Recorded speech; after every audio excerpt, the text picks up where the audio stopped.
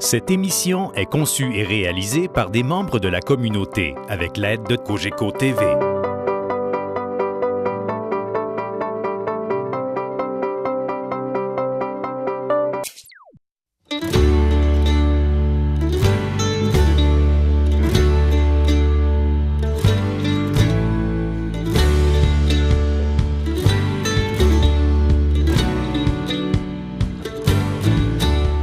Jean-Claude Boudreau, demi-finale, comment tu te sens?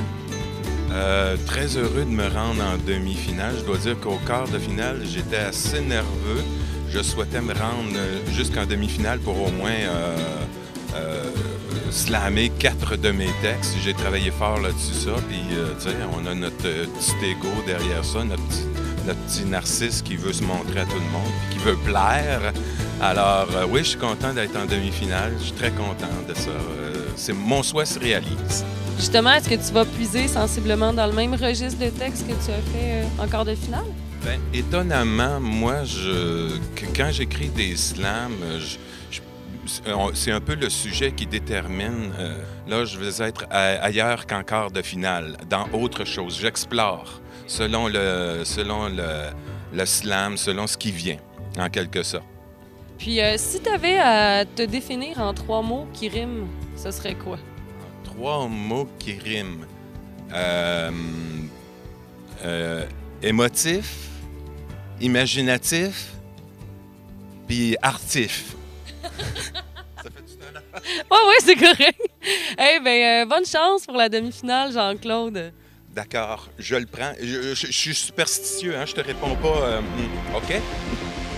C'est assez. Je suis plus capable. Vous téléviserez votre fin du monde sans moi. Allez vidanger vos perversions ailleurs que dans mon âme. Vos exécutions d'otages, vos désespérantes représailles, vos bombardements quand on vous a tiré des roches, vos martyrs au nom de Dieu, vos tortures que vous nommez autrement, vos matraquages d'honnêtes citoyens, vos meurtres racistes, vos frustrations que vous réglez dans le sang à l'émission du matin, vos enchères d'horreur. Je n'en peux plus.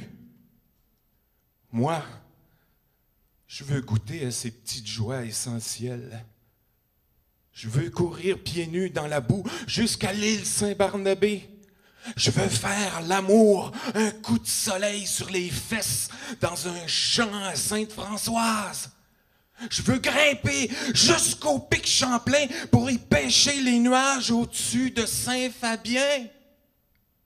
Et je veux m'émerveiller pour la naissance de Gaspard. Je ne veux plus m'abonner à vos arrogantes brutalités que vous légitimez sur toutes les tribunes.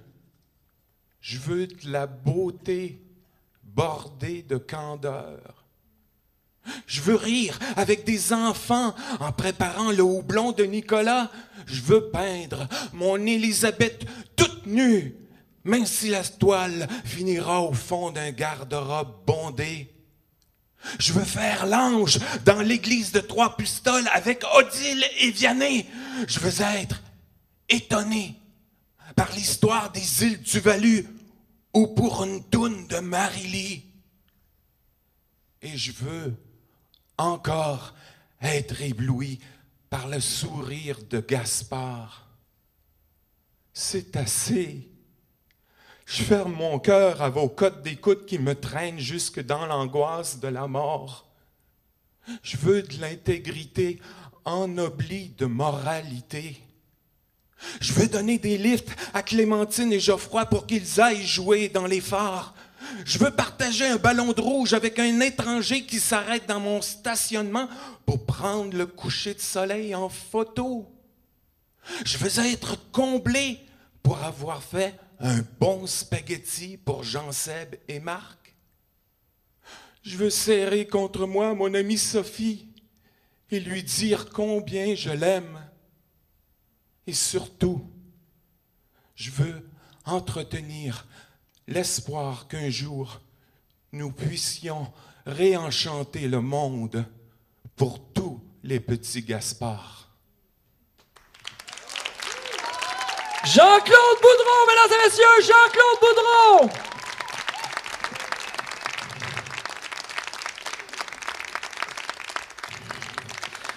Moi, je veux te serrer dans mes bras. Est-ce que je peux? Bravo, mon Jean-Claude, Caroline. Jean-Claude qui est abonné au Journal de Québec, qui le lit religieusement tous les matins. Aïe, aïe, aïe. C'est beau, le slam, hein? Wow! Ça commence-tu bien? Excellent! Allons voir comment les juges ont évalué ce slam. Alors, nous avons pour toi un 7.4, un 8.5, un 9 et un 9 pour Jean-Claude Boudreau! Isabelle Blouin-Gagné, demi-finale. Comment tu te sens? Super excitée, la pression est forte. Puis justement, pour cette demi-finale-là, est-ce que tu vas puiser sensiblement dans le même genre de registre que tu as présenté au quart de finale? J'ai des textes un petit peu plus personnels, je dirais, que ceux que j'avais fait en quart de finale. Donc plus dans tes tripes, dans l'intimité que dans la dénonciation? En fait, je fais pas ça souvent, mais je suis allée puiser dans mon répertoire des textes des dernières années aussi, donc je me revisite moi-même, c'est une belle occasion pour ça. Puis, dernière question, avant de te laisser aller pour te préparer. Si tu avais à te définir en 3 mots qui riment, ce serait quoi? J'aime pas les rimes, j'essaie de pas en faire dans mon slam. Mais là, t'es obligé! Authentique, non, je serais pas capable. Un slam, c'est préparé à l'avance, je manque de spontanéité. Ben, en 3 mots alors. En 3 mots alors. OK. Sensible, authentique et analytique. Hey, je suis à 2 sur 3 avec un hic. Ben, bel effort. Bravo. Non, mais bonne chance pour ta demi-finale. Merci beaucoup. En décembre 2013, Émile Ouamounot, un petit garçon de 2 ans, est le patient zéro de l'épidémie d'Ebola qui se répand par la suite en Afrique de l'Ouest. Rapidement, plusieurs pays, le Canada en tête, ferment leurs frontières. Aux États-Unis, cette année, 600 000 Américains vont mourir d'une crise cardiaque, 50 000 de la grippe, 40 000 d'un suicide, 620 de l'arme d'un policier. Un seul Américain est mort depuis le début de l'épidémie des suites de l'infection au virus. Ebola, Ebola. Le 17 juillet 2014, Eric Garner, un black de New York qu'on soupçonne de trafic de cigarettes, est pris par le cou et plaqué au sol par un policier blanc, une technique pourtant interdite. Même si le médecin légiste conclut à un homicide, le grand jury disculpe le policier. Dans la vidéo filmée par un passant, au moment de l'arrestation, on voit Garner en train de mourir, répéter 11 fois « I can't breathe, I can't breathe, I can't breathe, I can't breathe, I can't breathe. » Ebola, Ebola.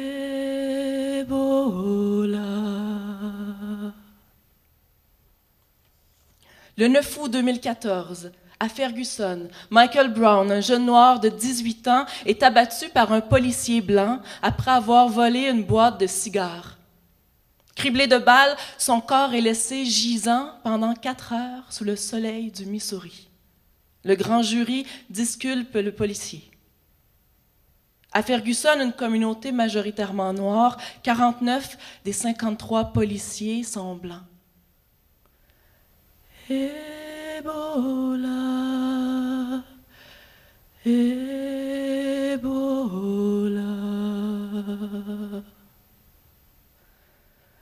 Le 22 novembre 2014, 2 policiers de Cleveland sont appelés dans un parc où Tamir Rice, un jeune garçon noir de 12 ans, joue avec un faux pistolet. La vidéo de surveillance montre l'un des policiers tirer sur l'enfant une fraction de seconde après être arrivé sur les lieux. Il ne meurt que le lendemain, pourtant, même s'il est écroulé au sol, aucun des policiers ne tente de le réanimer. But he can't breathe. I can't breathe. Ebola. Ebola.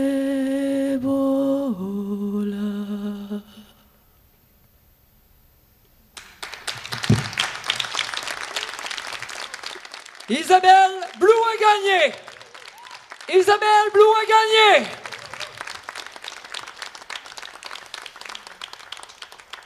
Hey, de l'émotion, hein? Quand t'es enfermé dans la noirceur puis t'ouvres une porte, c'est pas la noirceur qui sort, c'est la lumière qui rentre. Elle a ouvert toute une porte. Merci Isabelle. Merci beaucoup. Allons voir maintenant les juges. On a pour toi un 7.6, un 8, un 8, un 8.5 et un 9.5 pour Isabelle Blou a gagné.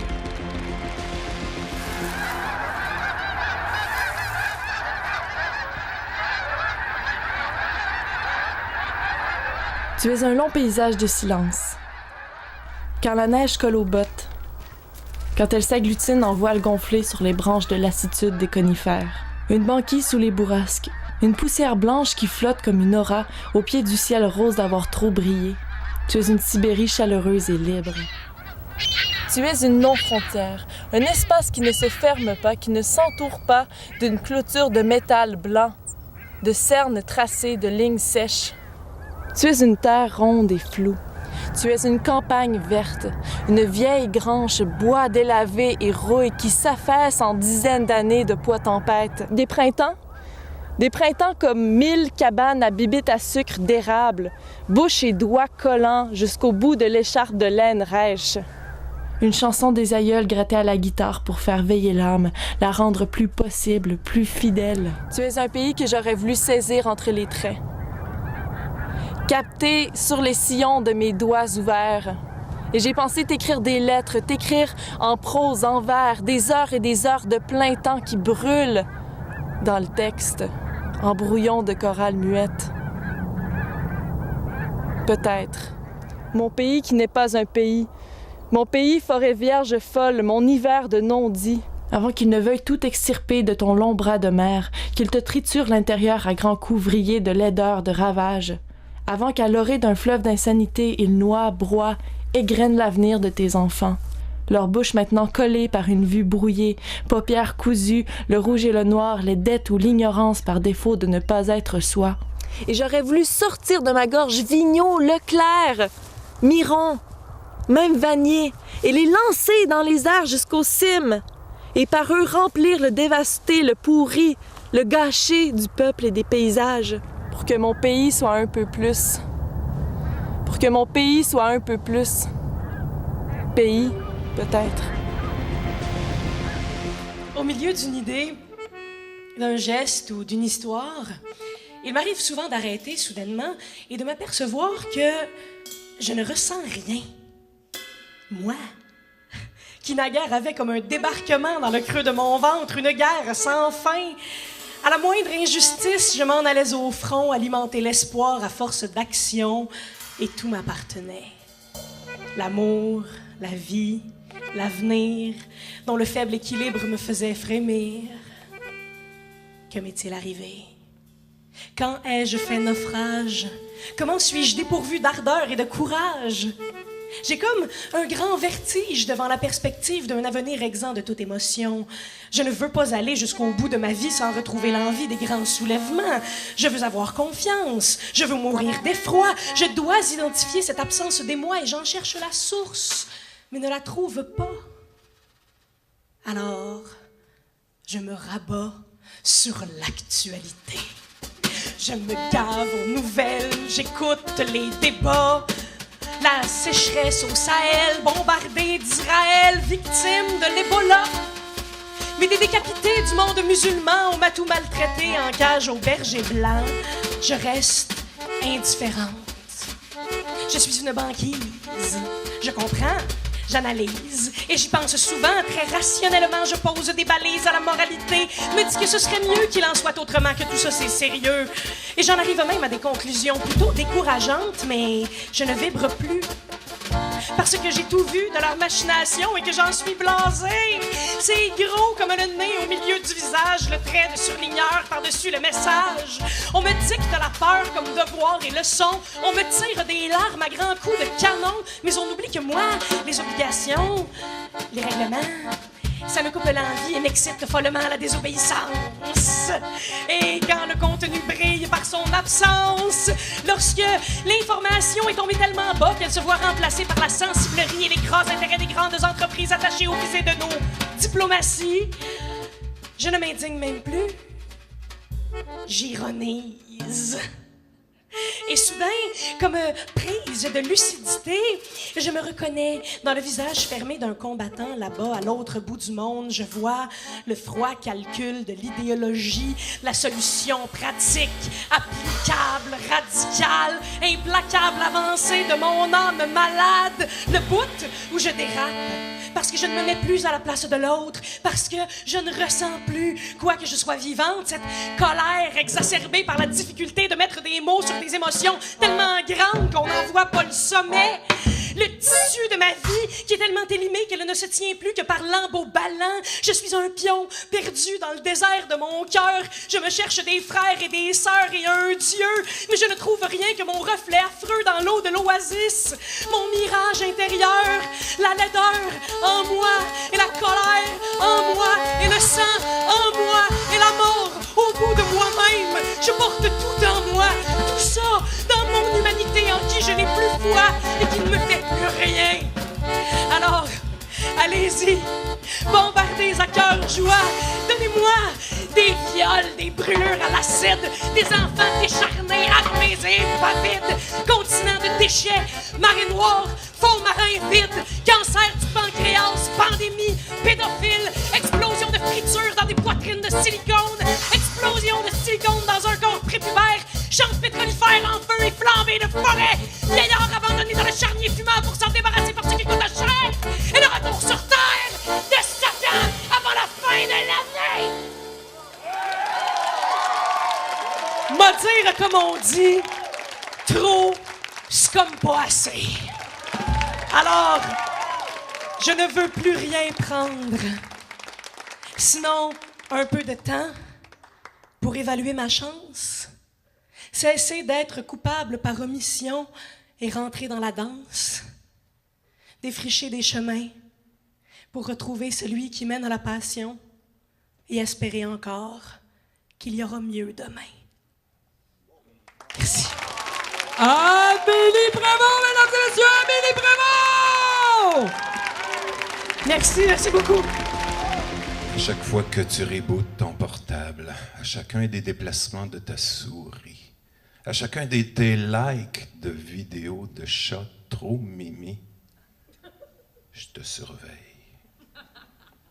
À chacune des photos de bouffe-taille que tu loads sur Instagram, à chaque fois que Mathieu te texte depuis les toilettes de chez Vénus, à chacune des pétitions que tu signes contre Monsanto, je te surveille.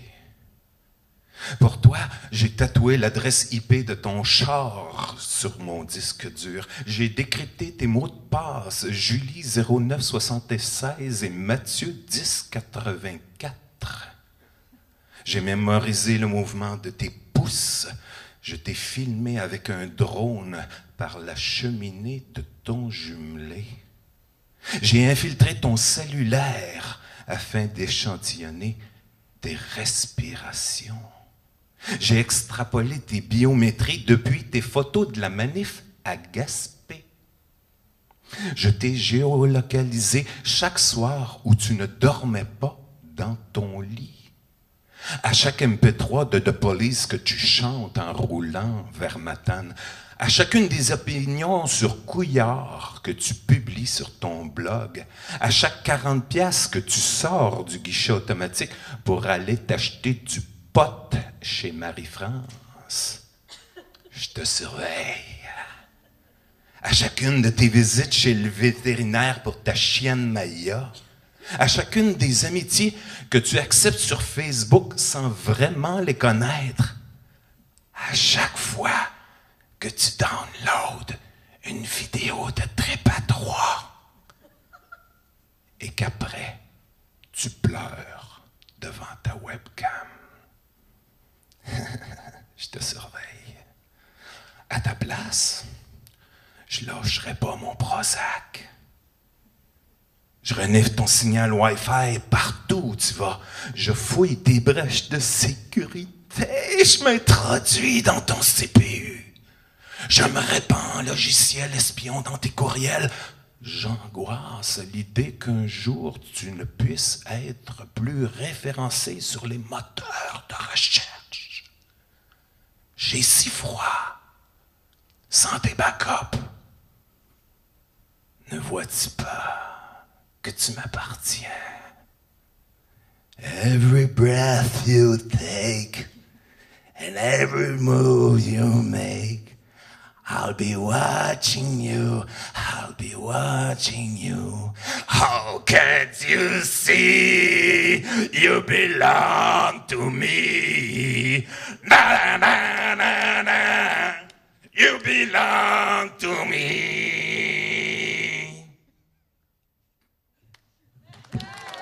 Jean-Claude Boudreau, mesdames et messieurs! Jean-Claude Boudreau! Yes! Quelqu'un qui se donne à 120%, j'aime ça! Bravo, Jean-Claude. Merci. Ah, puis tu m'as fait réfléchir, là, quasiment à même donner la chienne, toi, là. Parce que... C'est toutes des choses qui se peuvent, hein? Ben oui, je sais. Mais c'est ça l'affaire. Puis ma blonde, elle me prévient, mais moi, j'ai commencé les préparatifs de la naissance de mon enfant. J'ai fait une page Facebook, un compte Twitter, Instagram, LinkedIn, Tinder, Grindr. On est prêt à tout, mais là, tu m'as fait réfléchir. Je pense que je vais tout effacer ça. Hey, bravo, Jean-Claude. Bravo pour ta performance. Allons voir qu'est-ce que les juges en ont pensé. On a pour toi un 7.9, on a un 8.5, un 8.8, un 9 et un 9.2 pour Jean-Claude Boudreau! Merci. Bravo, mon Jean-Claude. La première fois qu'il a vu le sexe d'une fille en vrai, il ressemblait à ceux lisses et pâles qu'il regarde en cachette sur sa tablette. Il y a si peu de différence entre les sexes épilés, bleachés et photoshopés des femmes qui l'allument et le sexe de la fille prépubère qu'il s'apprêtait à éteindre qu'il a pu se croire enfin de l'autre côté de l'écran. La première fois qu'il a vu le sexe d'une fille en vrai, elle avait 10 ans et lui 12. Il a fait peu de cas de ses protestations. Il est habitué au bruit que font les femmes quand on les touche. N'est-ce pas ce qu'elles font, les femmes, qu'il contrôle déjà du bout des doigts sur son iPad, produire des fluides et des sons? La première fois qu'il a vu le sexe d'une fille en vrai, le scénario du film d'horreur qu'il mettait en scène ressemblait tellement à ceux des films porno qu'il a dû penser que s'il continuait à insister, les non se transformeraient en oui. Dans son monde à lui, il y a si peu de différence entre un non et un oui. Dans la pièce d'à côté, de la musique. Hey, hey, hey. Hey, hey, hey. Il connaît la chanson. Elle a battu tous les records à la radio en glorifiant la transgression des limites, en appelant ces limites floues. I know you want it, I know you want it, but you're a good girl. You're far from plastic, I know you want it, I hate these blurred lines. Mais pour détester ces limites floues, encore faut-il reconnaître qu'il existe une frontière plus ou moins perméable à ne pas franchir. Flou, hein? Flou comme un nom répété pendant toute l'éternité où il lui barrait le chemin, ou flou comme la promesse que si elle le touchait, elle ferait enfin partie de la gang dans la cour d'école. Ou flou comme les larmes qui bloquaient sa gorge à elle, en créant un muret d'impossible entre son cœur et sa bouche. Un muret d'impossible qui se cristallise tellement vite quand la honte s'en mêle qu'elle n'a même pas été capable de me raconter à moi sa mère, ce qu'il lui a fait cet hiver. Il y a tellement rien de flou dans cette culture qui enseigne aux filles comment ne pas se faire violer et comment baisser le regard de honte. Il y a tellement rien de flou dans ce qui s'est passé, ma fille. Hey, hey, hey, you're a good girl.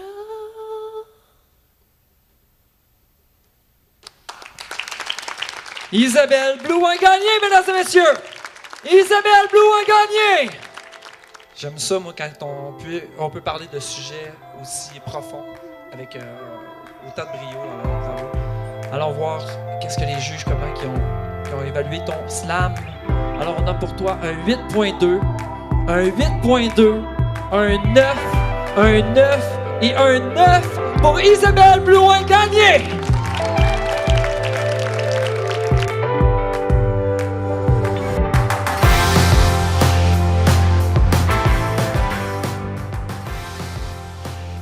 C'est pas de ma faute.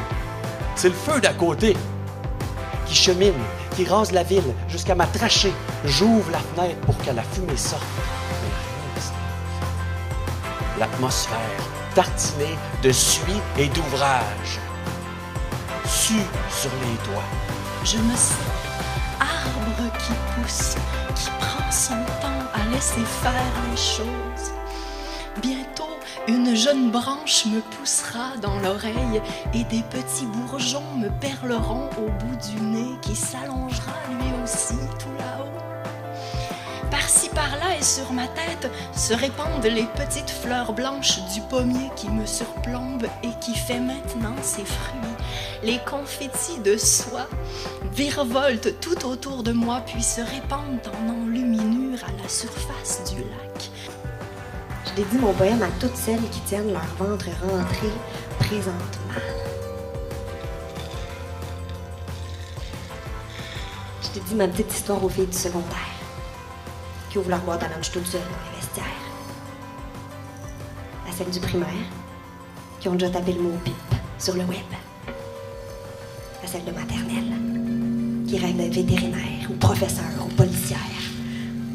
À celles du cégep qui s'endettent pour se donner le droit de penser.